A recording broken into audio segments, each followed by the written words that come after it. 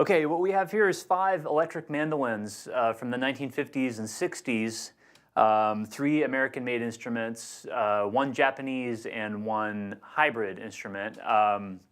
They all have different pickups, and instruments of this ilk, it's a good day if you can find one of them that's in good shape and ready to play, but it's really quite rare to find this many of them that are all in good playing condition. And so we're gonna hear them side by side and hopefully gain an appreciation of the diversity of of tone and character that you can find within the genre. Some of these have pickups that like the Kay pickups that you see on a lot of other Kay instruments. They're they're fairly common, but this Marvel branded instrument here is made by Premier. It's one of the American ones, and that's actually very rare to find that as a mandolin. But again, all of these instruments, all these pickups have their own special thing, and so we're going to have an opportunity to hear what that means. Okay, for starters, we have this Kay Venetian body style with the Kay lipstick style pickup, and these are totally different than the Dan Electro lipstick pickups. But it's the same pickup you see in the Thin Twin and the Howlin' Wolf bass, but in mandolin it has its own thing.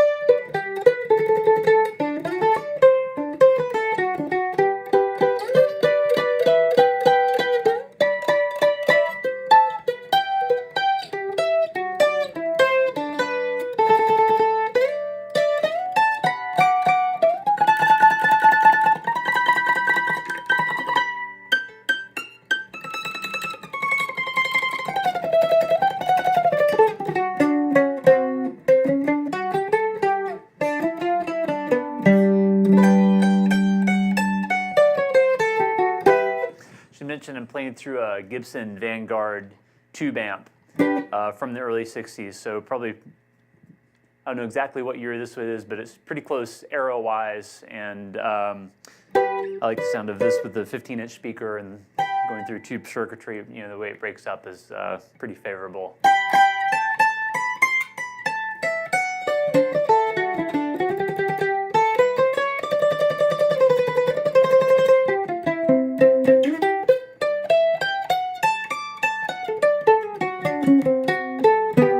If you're wondering, this does have a new fingerboard. The inlay is not stock Kay. It's an original design. But one of the liabilities that's really common with these instruments is that the necks tend to be warped and more flexible than you'd want. So having a nice stiff fingerboard on there can really help the sound all hang together.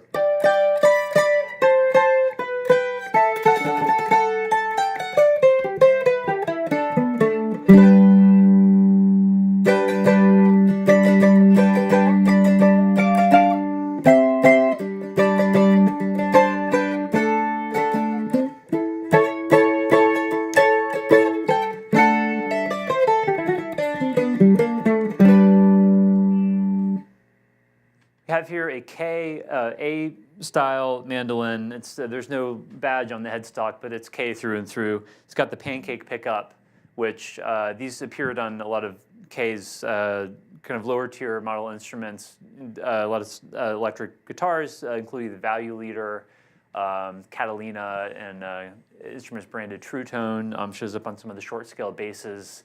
And even though they didn't appear on Kay's most expensive instruments at the time, they've become quite sought after in recent years because they're awesome. They sound great on everything, from bass to mandolin.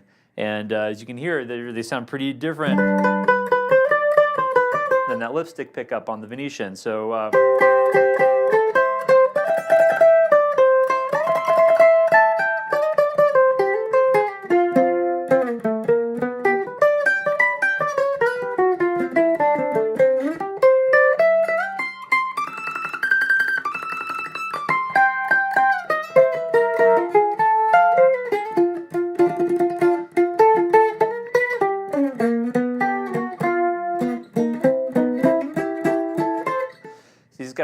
really strong mid-range. It's great for lead work, you know, that it punches right through without being, you know, tinny or, you know, twangy sounding.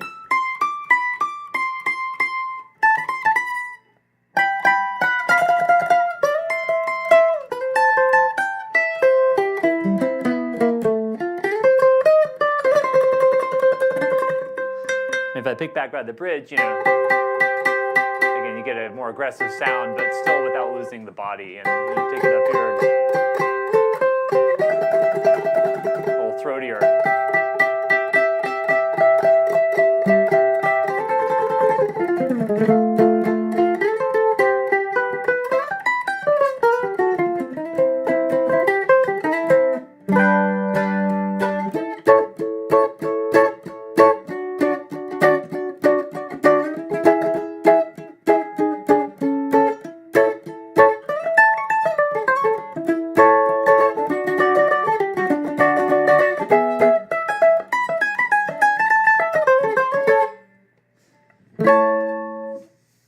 Okay, what we have here is a Marvel branded Premier mandolin.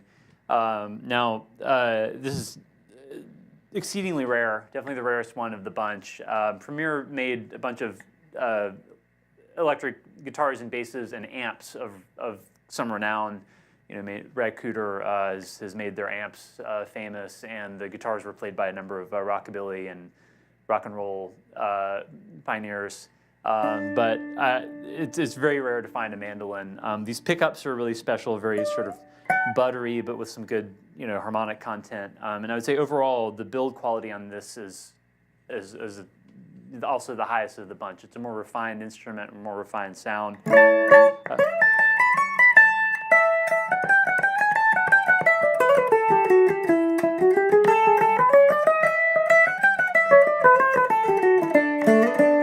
As you may notice, there's no sound hole, which is unusual. It is actually a fully hollow instrument, but no hole. So I mean, it's got an arched, you know, top and back. Just, you know, the only hole is the jack. Acoustically, it makes a surprising amount of noise. But you know, as far as an electric instrument, seems to have more sustain than the instruments with holes. A little bit less plonk.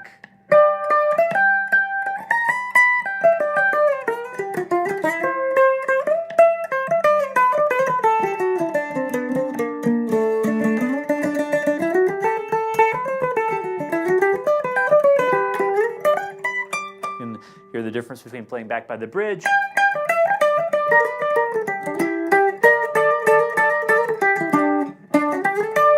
and playing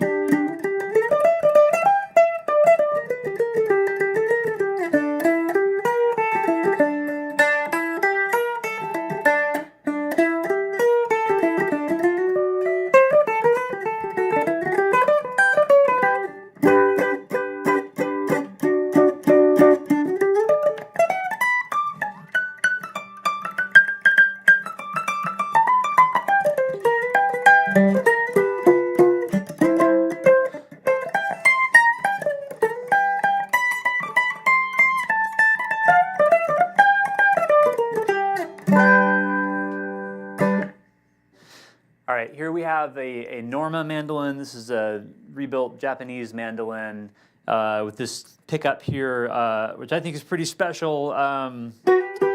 It's definitely a Japanese pickup, but it's one of the mystery pickups as far as exactly which factory it was made in. It showed up on a number of instruments, including Telestars, and you know, it has this under the metal cover here. It has like a bit of drum wrap. That's the color you're seeing. So you see them with various color drum wrap. Anyways, this is sort of a miracle. This instrument is up and running and with us. It just needed some significant structural rehabilitation, but totally worth it because we get to hear this pickup, which I think is probably the rowdiest pickup of the bunch, and I love it.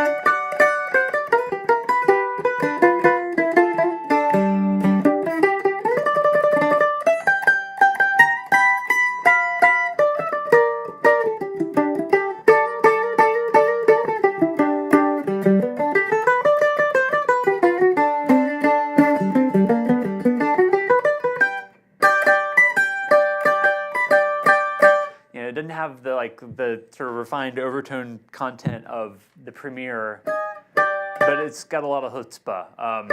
So I don't know. I think it's fairly remarkable.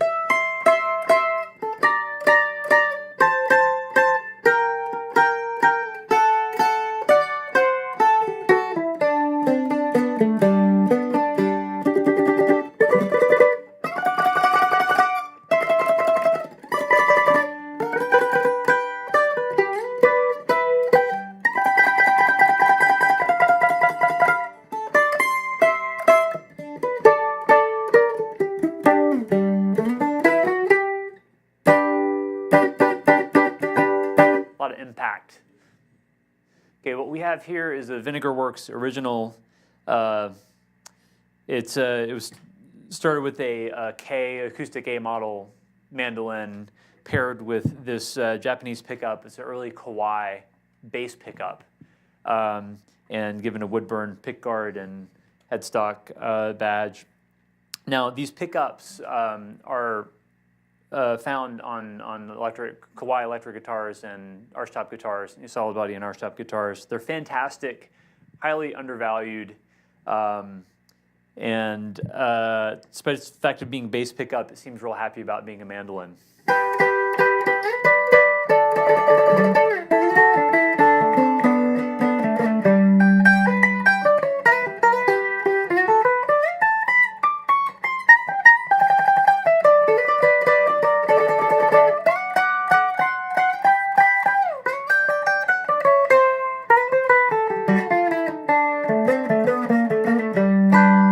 Now, this is, I got to say, this is probably my personal favorite of the bunch. The sound of this pickup to me is just fantastic. And the word about the spacing is that it does have these screws in here, but those are not active pole pieces. They're just entirely cosmetic. So the pickup, it's a thin bobbin surface mount pickup that's in this part of the casing. So the screws have nothing to do with it. It's just, you know.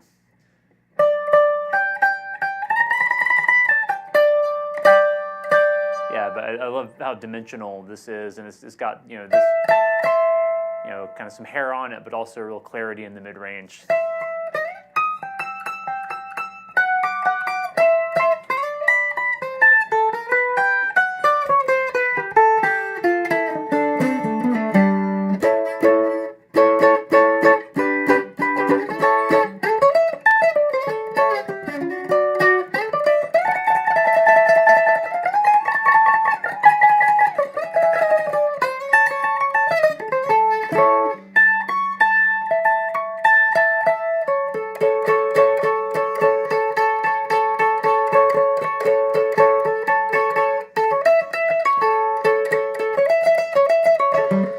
For some reason on this one, a little less tonal variation when you go from bridge to neck, but it's just like, kind of sounds good wherever.